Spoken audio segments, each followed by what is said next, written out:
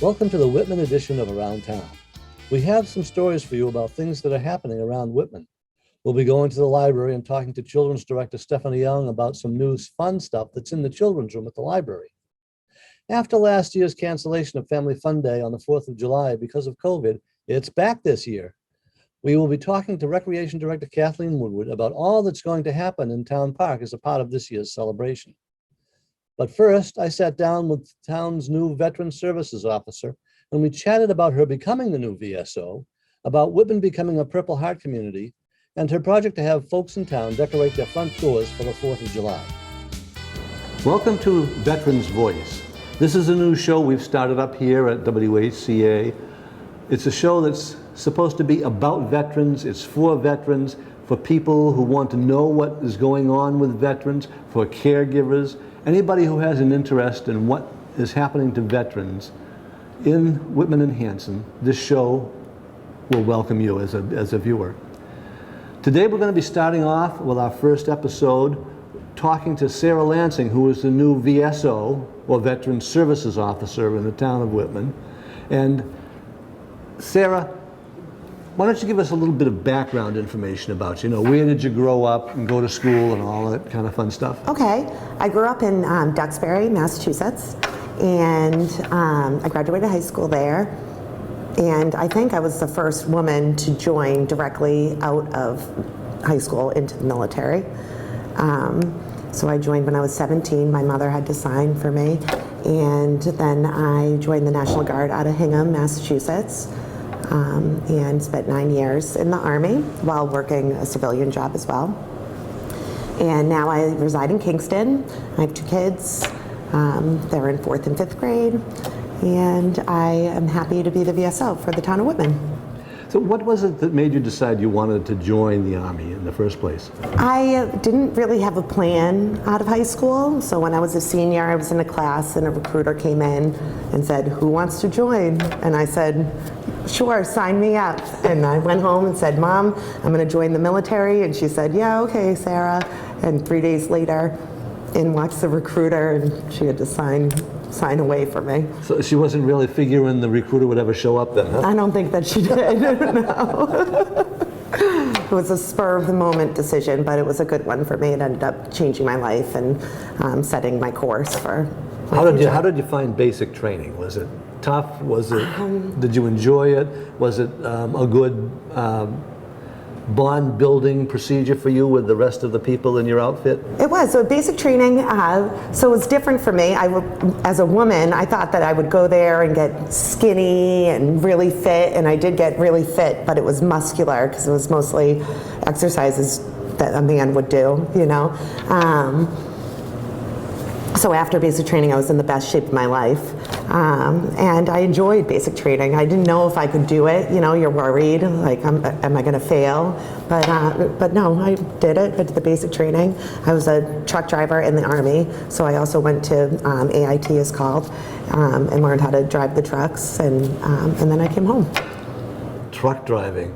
Yeah. Boy, that sounds familiar for all of you folks out there that have been watching or have ever watched Foyle's War.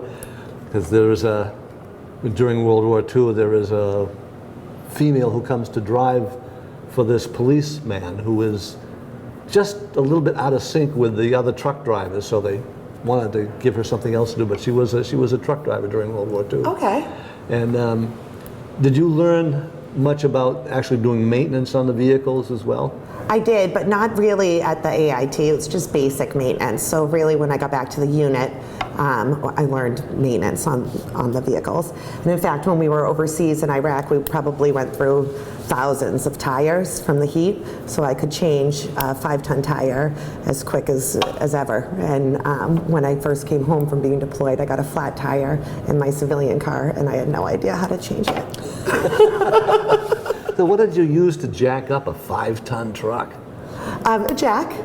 They had just a regular old jack you put under the axle and jack it up, yeah. And then you get all the lug nuts off and throw the new tire on. And It just kind of seems to me, like with the way they're doing trucks these days, it would have an automatic jack built into the thing where it just lifts the wheel. Not the ones we drove. Although maybe they have them now. It's 20 years ago. So. Now, if Rolls-Royce makes trucks, those have it on there. Probably. Sure. Yeah. So, what was it that you wanted to do once you get out of? You were in the National Guard, basically. Yeah. So. I figured that it would encourage me to go to school when I came home from basic training in AIT. And college just really wasn't for me, so I just worked. And then I got really actively involved in the American Legion in Duxbury and past commander there. And now here we are. What was it that made you decide to become the VSO for Whitman? I think that the VSO is a perfect job for me. I really enjoy helping people. Most of the time I'd rather hear your stories than tell any of mine. I'm a listening ear and I'm dedicated, and I find a lot of fulfillment personally with helping other people get benefits or grieve after their husband passes, or I really, really enjoy helping people, and veterans are my favorite community of people. So. And they're probably some of the hardest people to actually work with too sometimes, because do you ever feel like they know they need the help but they don't really want to ask for it? A lot of people don't want help that they should get and that they deserve, and the way our government works is if we don't use benefits that are provided to us, then they may not be there for the next group of soldiers and veterans that need them. So everybody should make an effort to take advantage of all of the benefits that they deserve and have a right to. What's it like trying to navigate the labyrinth of the VA? I mean, they have 16 forms for, it seems like, for every little thing, and you got to make sure you get the right one of those 16 to get the job done. And right? the 5 other forms that go along with the first one that you filled out. Yeah, it's very confusing, the VA paperwork. I feel like I'm really getting a handle on it. And right now, basically what I do is if you came into me, I would take all your information and I fill it all out for you and say, sign here, and make it as simple as possible for people to submit a claim or enroll in the VA or use any of the benefits that they offer. Mm-hmm. Do you spend much time in the Legion Hall, the VFW Hall, the DAV halls, and whatever around in the area, talking to the veterans and just getting to know them? So I had not joined a VFW, so when I first started here, I came to the VFW and joined here, and I attended one meeting. Unfortunately, my nights are very busy. I'm still running the American Legion Hall in Duxbury, as well as being the VSO. So I did come to a meeting and met everybody, and I do pop in here probably once or twice a week and visit with Al and see what's going on.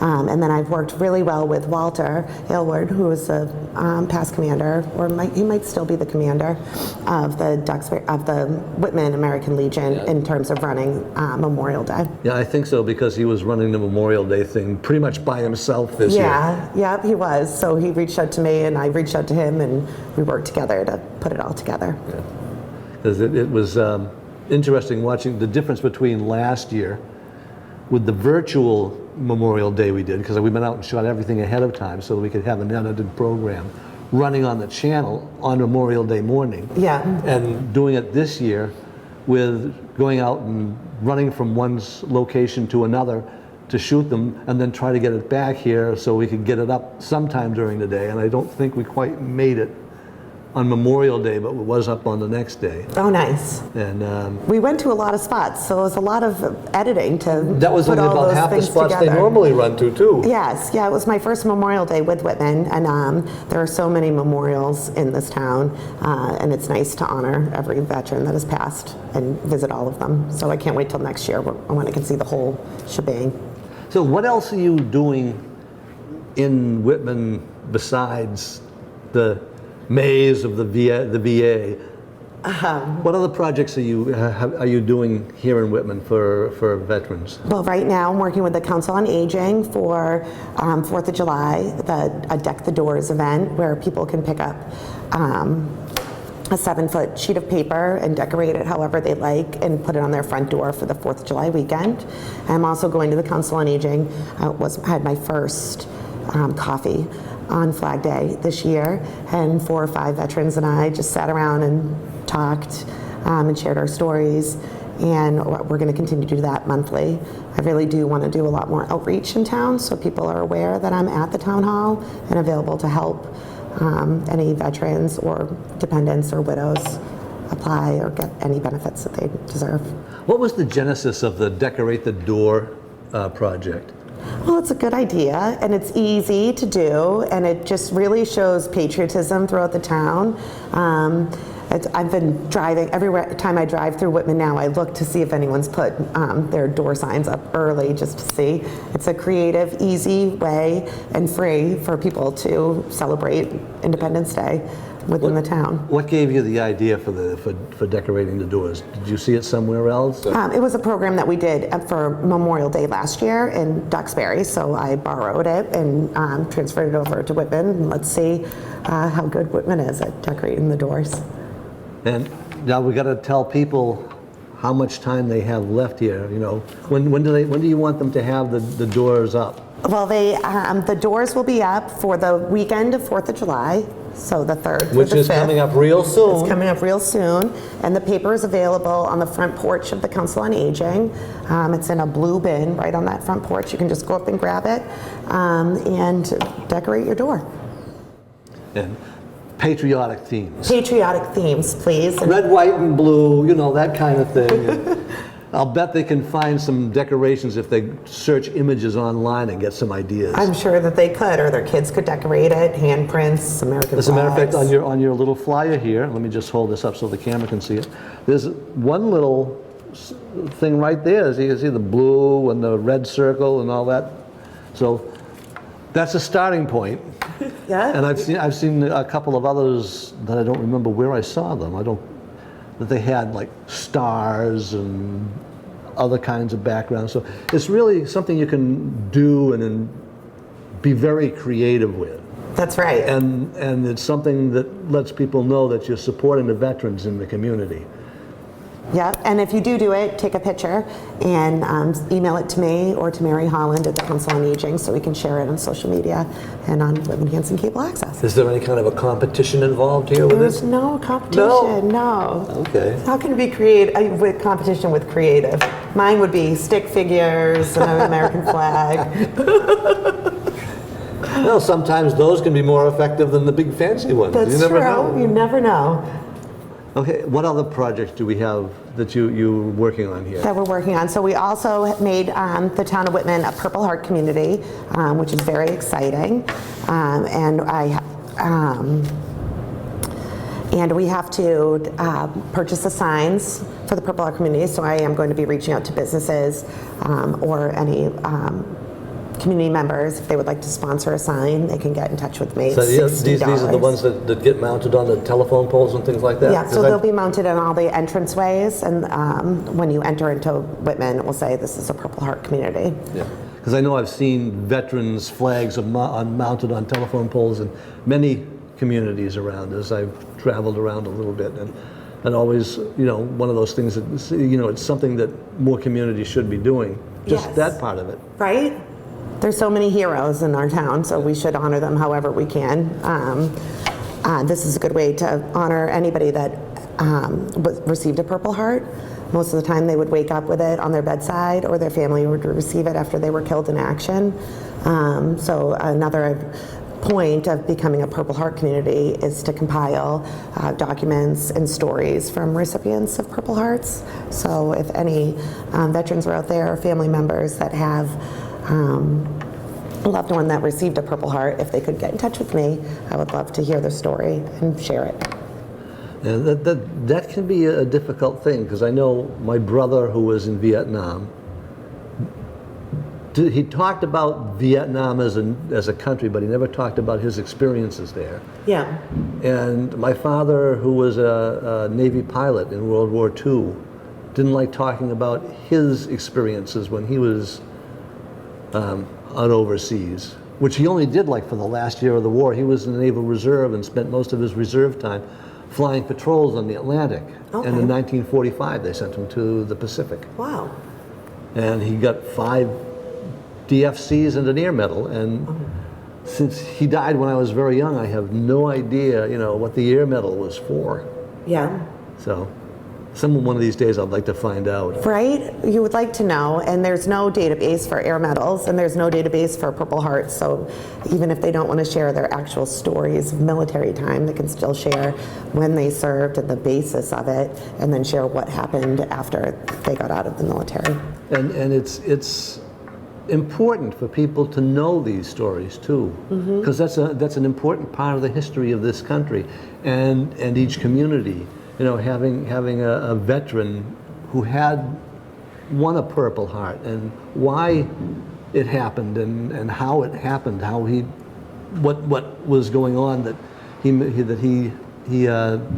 did what he did and was wounded and received that medal for that.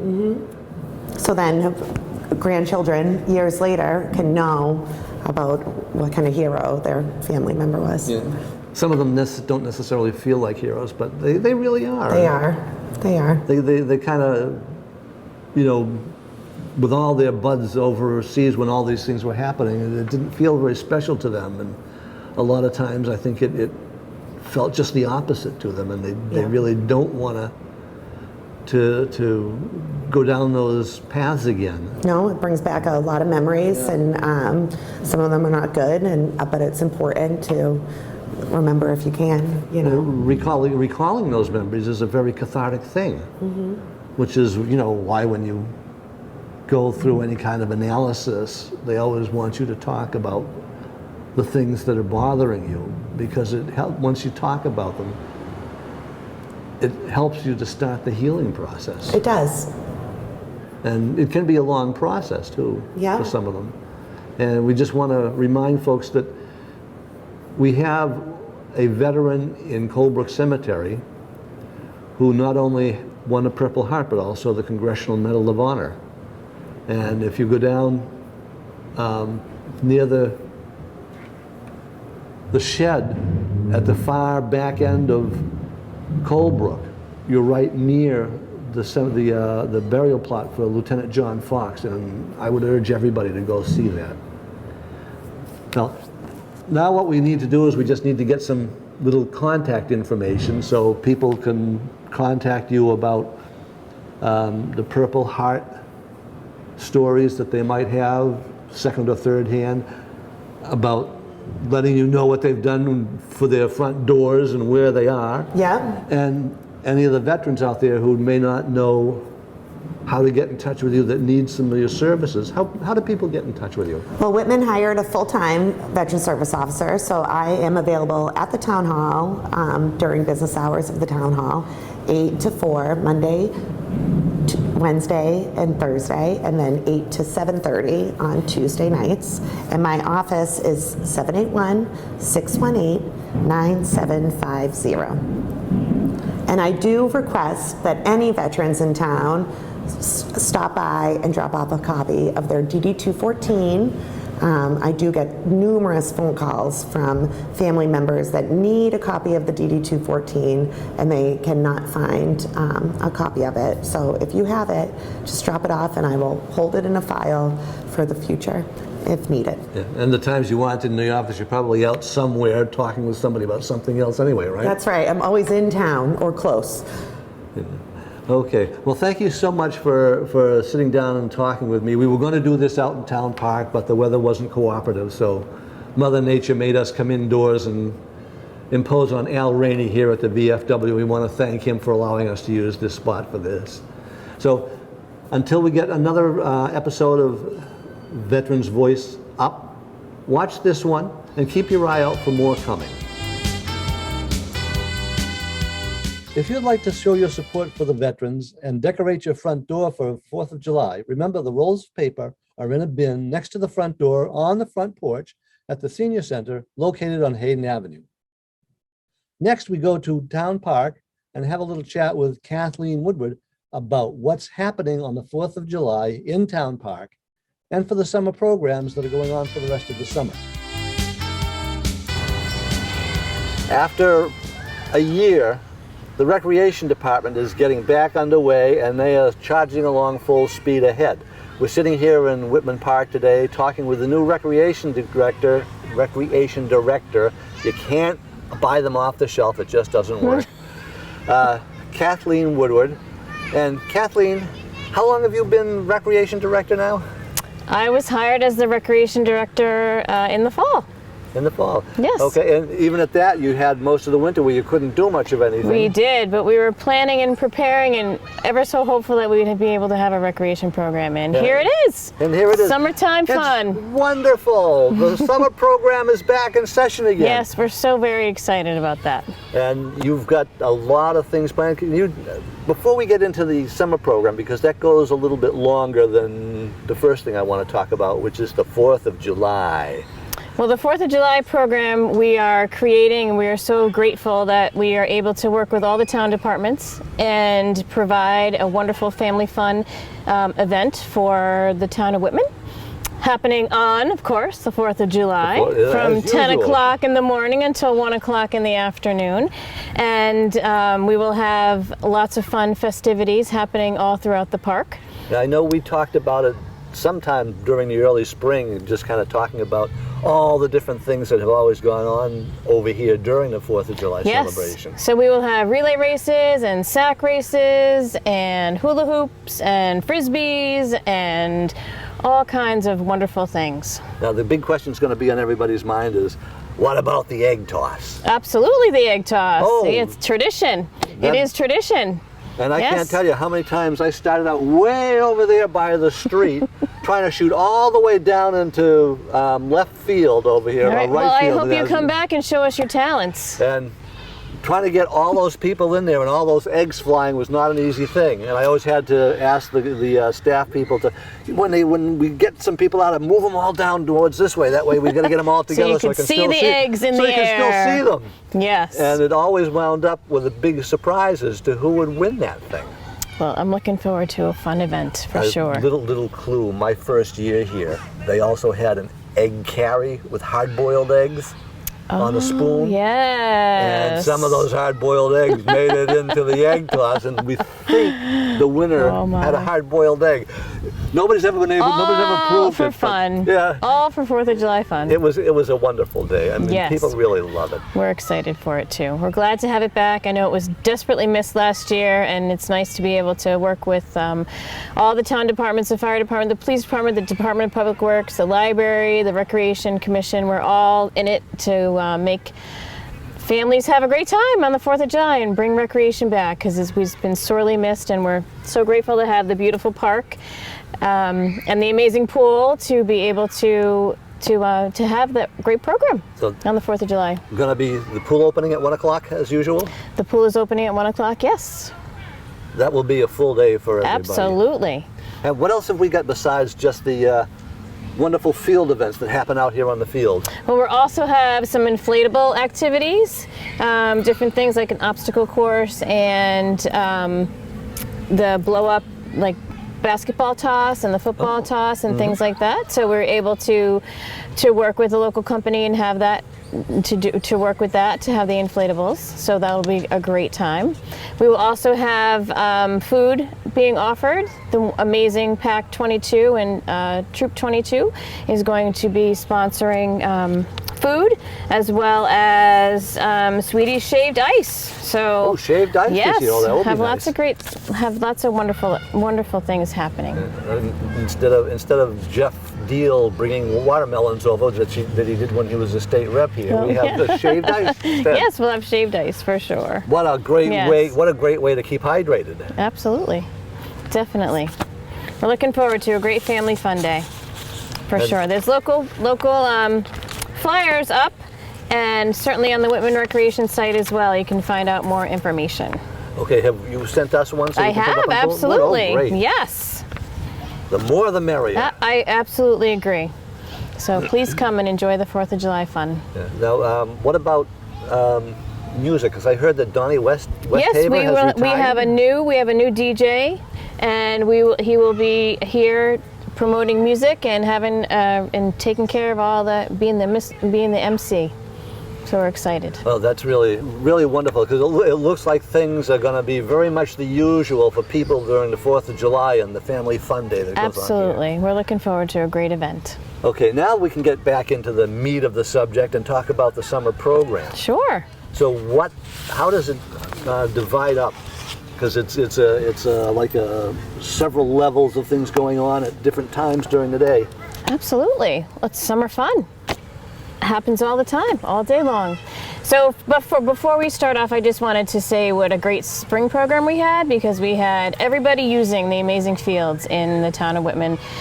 We had lacrosse and soccer and baseball and softball, having a great time, finally opening up and being able to play the games that they love on the amazing Whitman fields that the Whitman Middle School staff, people over there with the softball and the soccer and the baseball take care of those amazing fields, and then the DPW taking care of the wonderful fields on Whitman Park and Memorial. So they had a great season, and it was wonderful to see the kids back out playing, doing what they love to do. Yeah, we want to give kudos to Bruce Martin and the guys from the DPW because they do a wonderful job keeping these fields up. The fields, the park, absolutely, the pool, everything. All the areas are very well cared for. And I got to tell grateful. you, he has a bit of a job with one of the trees up on this hill coming up, because that poor tree up there is dying, and he's going to have to do something with it fairly soon, I think. Okay, now in the program, how do you break it down? So we have some great summer programs happening. So the pool opened this week on Wednesday, and it's open from 3 to 7, Monday through Friday. And it's open 12 to 7 on Saturdays and Sundays. So we are so grateful that the pool is back up and running. Pool passes are available, as well as day passes. And you can get them right down here at the park and the pool area when the park is open, when the pool is open. Or you can do everything online too, which has been a wonderful blessing that we've been able to have the pool and the park programs available online. Okay, what's the URL for that? The easiest way to find it is if you go to the Whitman Town page and then you click onto the recreation page, and it's right there. Yeah. And it will bring you a direct. Whitman-mat.gov. Yes. Because if you don't get the -mat in there, it just doesn't do anything. Yes. So it's right there, ready to be clicked on and signed up for. The registration form is completely online. Yeah. We're very grateful to be able to do that this year to make it easier for people, since the town hall wasn't open during the spring, so we were able to have online registrations, which definitely helped promote the programs and get people excited about recreation in the summer. About coming and swimming. Yes. Okay, before people get into the pool, you have other programs going on earlier in the day. We do. We have swimming lessons that are happening at the pool. We have 4 different sessions of swimming lessons that are happening. They run for 2 weeks at a time, and they start this coming Monday, June 28th, and they head for 2 weeks. So there's 4 sessions throughout the summer. Amazing lifeguards and swim instructors that we have ready to take care of everybody and make sure that they can learn how to swim. We also have the park program, which is happening we have 7 weeks of the amazing park program that happens every day here from 9 to 3 at the Whitman Park. And you can also register for that online. We will be doing, we have an amazing staff of counselors who are ready to take care of the kids and have a great time. We'll be using this wonderful park, the entire area. We'll be having groups be able to use the pool. We'll have a sports area set up. We have an arts and crafts area set up. We have a playground nature area set up, and lawn and board game area set up. So the park will be hopping with activity. So you have it broken down into age groups on those other activities? Yes. So when they come for the pool from the park program, they will be in groups of their same age group. They'll be in cohorts, similar to what we did for school this past year. So they'll stay with that same cohort for the entire week, and with that wonderful counselor that's going to take care of them and have fun with them. And we'll travel around to the park, to all the different areas in the park. Okay. How do the ages break down so people will know what to sign their kids up for? So when you sign up for the park program, then we take the groups that you sign up for, and then the kids, we put them into their groups. So anybody can join the park program, and we put them in their groups for the week. When they come on that first Monday, they'll know what group they're going to be in, what counselor they're going to have for the entire week. Is there a maximum age for the activities? So 6 to 12 years old 6 to 12. are recommended for coming to the park program. Anything particular that's happening in the activities earlier in the day that is coming up? Any special guests or special treats? Well, every Friday we'll have a fun, different activity that's going to happen at the park based on the theme of the week. So we have things like a reptile show coming. We'll be traveling also for off of park field trips, as well as having different activities come to the park as well. Where are some of the field trips going to? Have you got that So planned? we are planning that. The challenge has been with making sure that we have enough people, or like with the different challenges that activities have presented with large groups and venues opening up, and we're just working with that to figure out exactly what's happening on each week. So it's a work in progress, but we hoping to do monster mini golf and the aqua track and different events that we're still working on planning. So it's a work in progress. Yeah. Well, keep you hopping here, keeping you busy all Absolutely. summer long. So you're going to be one of the busiest people in the park program for the summer. Absolutely. Yes. Grateful to be so. Okay, about anything else going on? I mean, since you're in charge of the park and people have to go through you to get permission to use the fields and things like that up here, are there going to be any concerts this year for the summer? We would have to talk to the Friends of the Park program for that. I know that they had wanted to set that up, talking to June O'Leary about that earlier. Those usually are handled done by the Cultural Council, Yes. as I recall.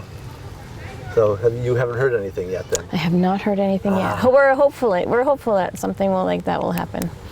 Yeah, because those have always been well attended too. Absolutely, and wonderful to get people out and enjoying the park and some good music as well.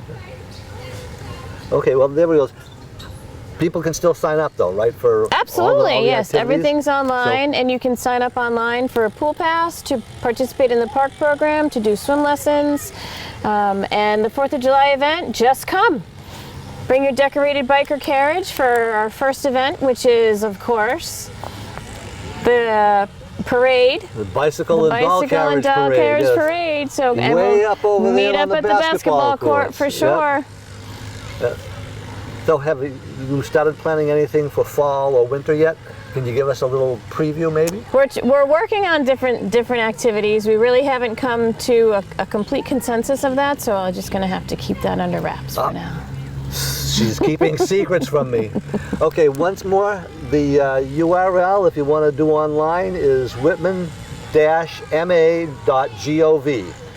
And the phone number for calling the Recreation Department is also on the page with all the rest of the information on the Rec Department. Yes. She's way off on the right-hand side. She's got her name up there at the top with a phone number underneath. So thank you Yes, so we much, do. Kathleen, Thank for you so much giving for us all this. having me. It's a pleasure to be here. I'm grateful to the amazing people of Whitman and to the Recreation Commission, as well as the amazing town administration and the Board of Health and the DPW for all of us working together to create the summer programs. So I'm looking forward to a great season. We all are. The amazing staff is ready, so come play. Come play. Come to the park. Even if you're not in one of the activities, you can still come to the park and enjoy it. It's Please a beautiful do. It's park. beautiful here. Absolutely. Thanks for having me. Nice to talk. We'll be talking again sometime Yes, soon. please. Absolutely. So come on down to the town park on the 4th of July. Festivities start at 10 o'clock and will go till 1 o'clock. And if you're a Whitman resident, you can actually go swimming in the pool at the park at 1 o'clock p.m. Next, let's go to the library to talk to Stephanie Young about what's new in the children's room at the library. Welcome to the Whitman Public Library. Today we have some new things to show you from the children's room. There's all kinds of toys and other things going on that children's librarian Stephanie Young is going to tell us all about. Stephanie? So we received a grant called Mind in the Making. This grant is made possible through federal funds provided by the Institute of Museum and Library Services and administered by the Mass Board of Library Commissioners. The grant uses 7 skills that children need and introduces them through play. With the library being closed, we've adapted it to be take-home programs. And the first part of that is that we've created a toy library. These are toys that children can borrow for 3 weeks.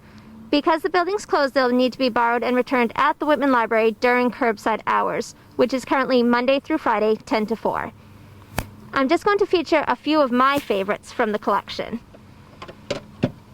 Here we have a rocket ship, and we can pair this. If you're interested in borrowing the rocket ship, let me know if you're interested in reading books about space travel or planets.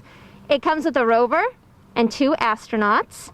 And there's the mission control, there's their bedroom. So that's a really fun one, a lot of creative play with this.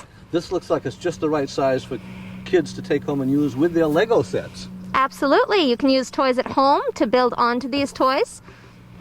And I love the way the little rover can just drive itself right out of the rocket ship there.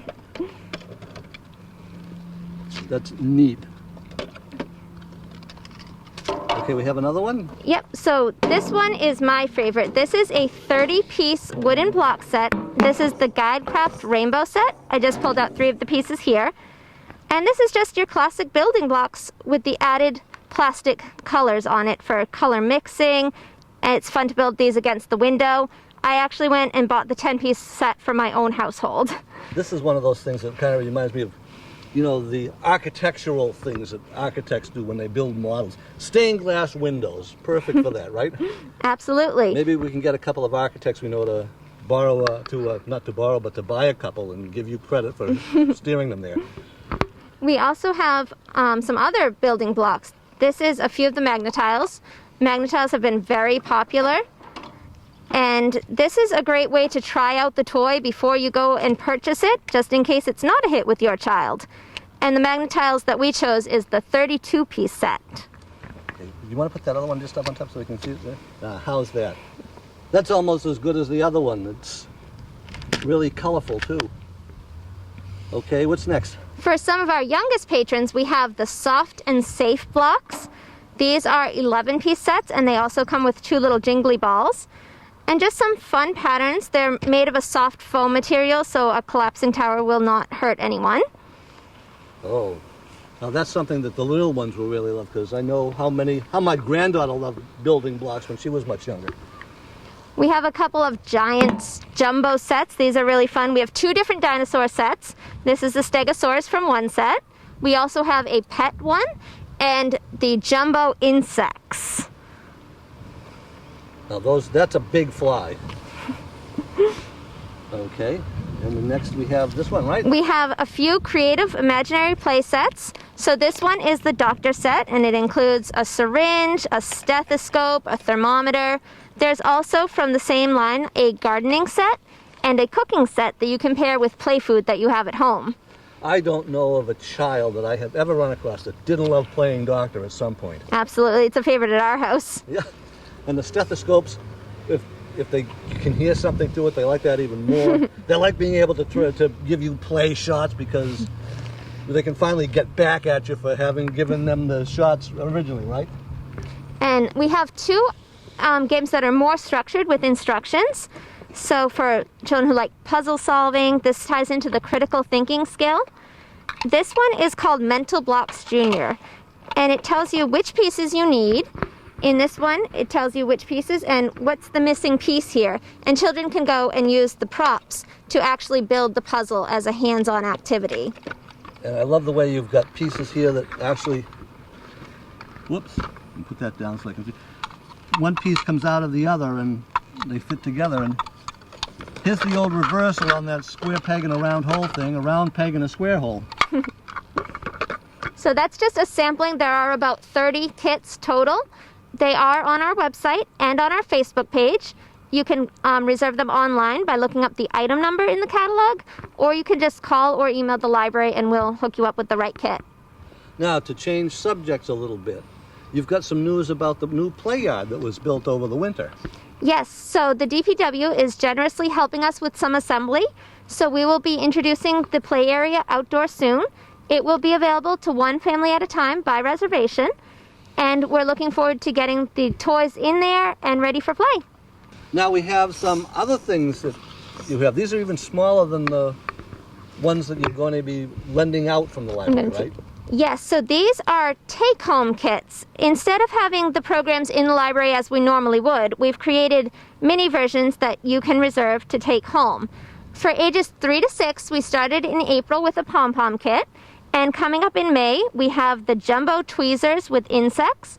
This is a fine motor skill that helps children's hands get ready for writing and drawing. And this kit will have one kit available per month from April through September, all with different themes, kinetic sand, water beads, so some really fun things coming up. Oh, kinetic sand is so much fun. Adults even like that one. Absolutely. For ages 1 and 2, we'll have 2 kits available.